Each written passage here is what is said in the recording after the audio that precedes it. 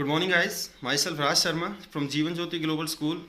I am here again between you to discuss the topic of physical education, chapter 12, that is unit 12.3, speed, definition, its types, and methods to improve the speed.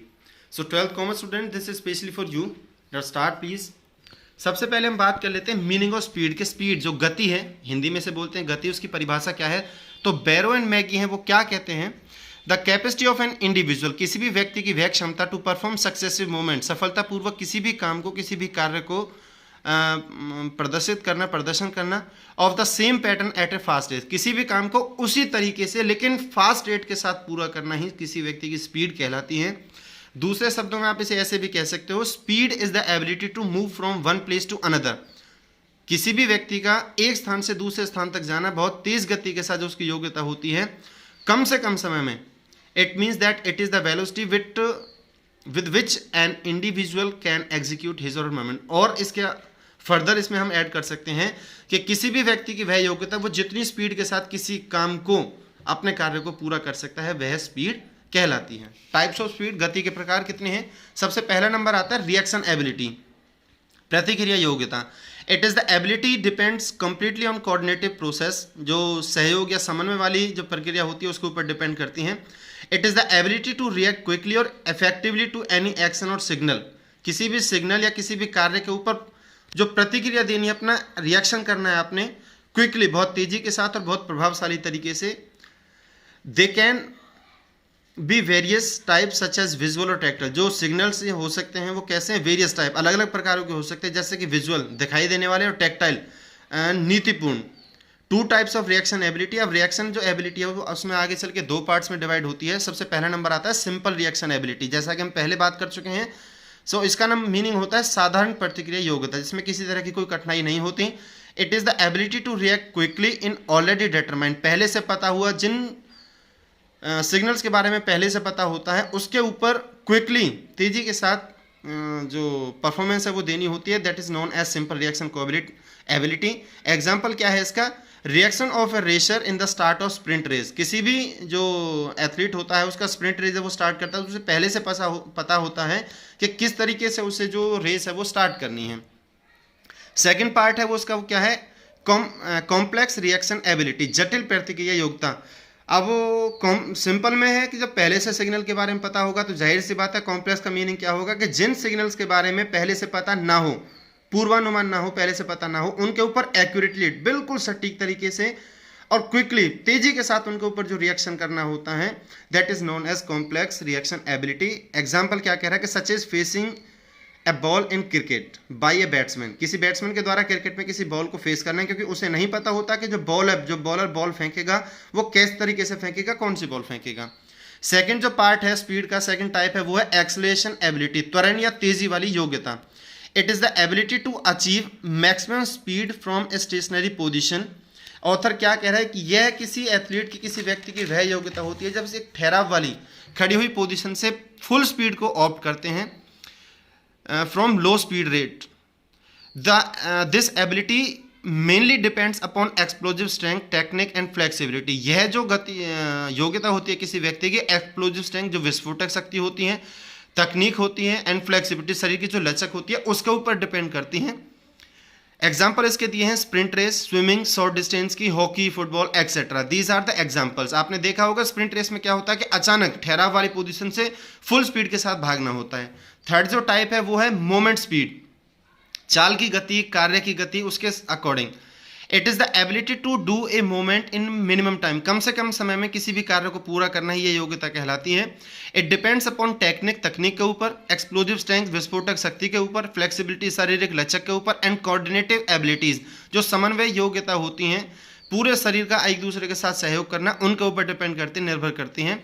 It can be measured, इसे मापा जा सकता है by the time taken to complete a moment, किसी भी काम को पूरा करने में जो टाइम समय लिया जाता है उसके आधार पर इसे मापा जा सकता है. एग्जाम्पल क्या है? Boxing, wrestling, throws, jumps etcetera. Number 4 पे बात आती है लोकोमोटर एबिलिटी, गतियुक्त योग्यता, किसी भी एक्टिविटी को स्पीड के साथ, स्पीड भी मेंटेन करके रखनी है और काम भी पूरा करना है. It is the ability to maintain maximum speed, जो फुल स्पीड है उसे मेंटेन करने के लिए फॉर मैक्सिमम टाइम, ज़्यादा से ज़्यादा समय के लिए उसे मेंटेन करना ही लोकोमोटर एबिलिटी कहलाती है। एग्जाम्पल इसमें दिए हुए हैं 100, 200 और 400 फुटबॉल, साइकिलिंग एक्सेट्रा। नंबर 5 जो इसकी टाइप है, लास्ट टाइप है, वो है स्पीड एंड्योरेंस, गति सहन शक्ति। अब जाहिर सी बात है जहां एंड्योरेंस वर्ड आ गया उसका मतलब क्या हुआ कि किसी भी टास्क को लंबी अवधि तक फुल स्पीड के साथ पूरा करना ही स्पीड एंड्योरेंस कहलाता है। Under the condition of fatigue, थकावट वाली पोजीशन में, ये बात मैं कहनी भूल गया था।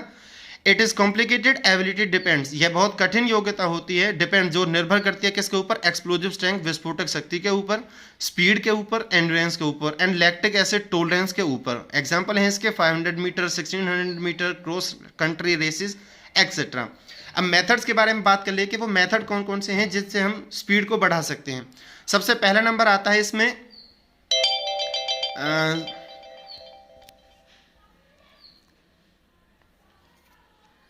चलिए पहले स्पीड के बारे में थोड़ा सा और बात करते हैं कि speed is the product of genetic and environmental factor. जो एनवायरमेंटल फैक्टर, वातावरणीय कारक और अनुवांशिक कारकों के ऊपर निर्भर करती है किसी भी व्यक्ति की speed. Regarding the genetic factor nothing can be change, अगर अनुवांशिक कारकों की बात करें तो इनमें कोई भी बदलाव नहीं किया जा सकता। Every individual has fastest fibres, white fibres और स्लोटेस्ट फाइबर्स, रेड फाइबर्स। हर एक व्यक्ति के अंदर दो तरह के फाइबर्स मौजूद होते हैं, या तो किसी के अंदर फास्टेस्ट फाइबर्स की संख्या ज़्यादा होती है जिन्हें वाइट फाइबर्स कहते हैं, या फिर किसी के अंदर रेड जो है स्लोटेस्ट फाइबर्स, जो रेड फाइबर्स होते हैं उनकी संख्या ज़्यादा होती है। द इंडिविजुअल्स, वो व्यक्ति मोर परसेंटेज ऑफ फास्टेस्ट फाइबर्स, जिनके अंदर फास्टेस्ट फाइबर्स की संख्या ज़्यादा होती है, हिज और हर मूवमेंट, उनके जो कार्य होते हैं will be faster in comparison to those person who has more percentage of slowest fibres.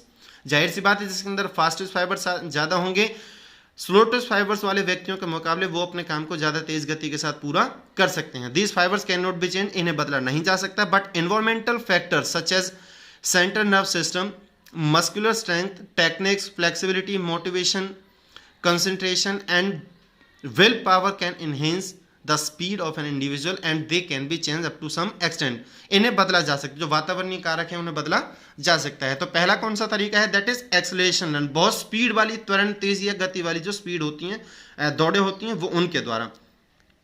The technique of any event should be learn in the beginning, किसी भी टेक्निक को अपनाने के लिए ठीक तरीके से शुरुआत में ही उसे अपनाया जाता है, परफॉर्म किया जाता है। ओनली देन, केवल तब, we switch over the acceleration run, सिर्फ केवल तभी हम एक्सेलरेशन रन्स में क्या कर सकते हैं, स्विच कर सकते हैं, अपना सकते हैं।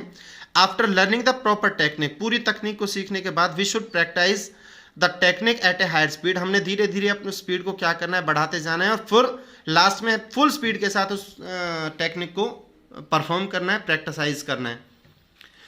For acceleration run an athlete to require to run a specific distance, acceleration run की अगर बात करें तो किसी एथलीट को जो स्पेसिफिक डिस्टेंस है, कुछ दौड़ है, उसे स्पेसिफिक दौड़ को he or she take start from the starting line and try to attain the maximum speed as soon as possible. किसी एथलीट को क्या करना है कि स्टार्टिंग लाइन से स्टार्ट करके उस डिस्टेंस को फुल स्पीड के साथ उसे दौड़ते हुए पूरा करना है, जितनी कम से कम समय में उससे पूरा हो सके। इसके थ्रू आप क्या कर सकते हो, एक्सेलरेशन रन इसे कह सकते हैं, और अपनी स्पीड को बढ़ा सकते हो। सेकंड नंबर जिसमें आता है वो है पेस रन और रेसेस, धीमी तेज बदलती दौड़ या दौड़े। आपने देखा होगा आमतौर पर, बुक के थ्रू एक बार बात करते हैं कि it mean running the whole distance of a race not at a constant speed, के पूरा जो डिस्टेंस है उसे कांस्टेंट, लगातार एक ही स्पीड के साथ उसे पूरा करते हैं, that is known as pace run. Generally 800 metre above races are included in pace run and he or she must conserve his energy by reducing the speed. उदाहरण के तौर पे हम बात कर लेते हैं, अगर 800 मीटर का अगर कोई एथलीट अगर कोई दौड़ कर रहा है, उसका टाइम आ रहा है 140, तो उसका स्टार्टिंग का जो 50 सेकंड है उसे क्या करना है, वो 80% स्पीड के साथ करना है, और लास्ट के जो 400 मीटर हैं, जो बचा हुआ टाइम है, उसे 40 सेकंड्स के अंदर अंदर वो कंप्लीट करना है। In the beginning of the race, इस रेस को, इन रेसों को सीखने की शुरुआत में, the first part of the race should not be run too fast, शुरुआत में बहुत तेज गति के साथ नहीं भागना चाहिए, otherwise you can not complete the race, तो आप उस रेस को पूरा नहीं कर सकते और जल्दी थक के बैठ जाओगे। We should distribute our energy according to the distance of race, हमें अपने रेस की जो डिस्टेंस है, दूरी है, उसके अकॉर्डिंग अपनी एनर्जी को डिस्ट्रीब्यूट करना है, खर्च करना है। For pace run training an athlete should run at maximum speed for a distance of 10 to 20% than the racing distance of an athlete. दूर की दौड़ने के बजाय किसी एथलीट को सीखने के लिए क्या करना है कि किसी एक फिक्स जगह पर खड़े होकर अपने डिस्टेंस का, जैसे मान के चलो 1600 मीटर है तो उसका 10 to 20% उसे खड़े खड़े एक स्पीड पे फुल स्पीड के साथ भागना है। इस तरीके से वो अपनी स्पीड को पेस रन के थ्रू बढ़ा सकता है। मैंने आपको पैटर्न पहले बता चुका है, तो ये हमारी जो यूनिट है वो कंप्लीट हो चुकी है। पैटर्न, क्वेश्चन पैटर्न वो सेम है जैसे आप पहले करते आए हो। So guys go through with the pattern. Thank you.